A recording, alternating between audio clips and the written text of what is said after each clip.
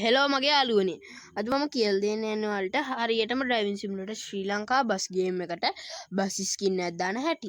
අපි මුලින්ම යන්න ඕනේ මේ ගරාජ් කියලා ඔයාලට පේනවා ඇති මේ දුමුරු පාට කොටුවකින් පෙන්නලා. ඔයාලට ගියපු ගමන් මේ ස්ක්‍රීන් එක වැටෙන්නේ. ඔයාලට මේ පැත්තෙන් පේනවා PC මොබයිල් අපිට ඕන හැම අපි මම දාගෙන මම ෆෝන් එකෙන් කරන හින්දා මම මොබයිල් දාගෙන තියන්නේ. ඔයාලට ඕන එකක් ගන්න පුළුවන්.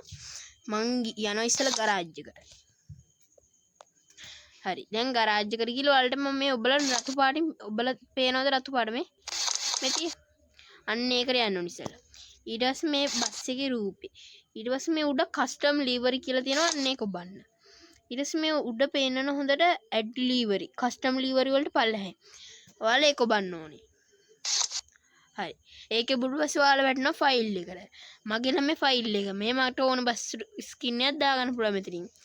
ඔයාලට ඕන බස් ස්කින් එක ඔයාලා අරගෙන දානවා. මම මෙතන මේ බස් ස්කින් එක කරන් දානවා. දැක්කද වැටුණා? ඒ විදිහටම සුපිරියට ලස්සනට වැටුණා. ඔයාලා ස්කින් දාන්න දන්නේ නැත්නම් අද මම මේ ක්‍රමය පාවිච්චි කරලා ස්කින් දාගන්න. ස්තුතියි මගේ වීඩියෝ නැරඹුවාට. තවත් වීඩියෝ එකකින් හම්බ වෙමු.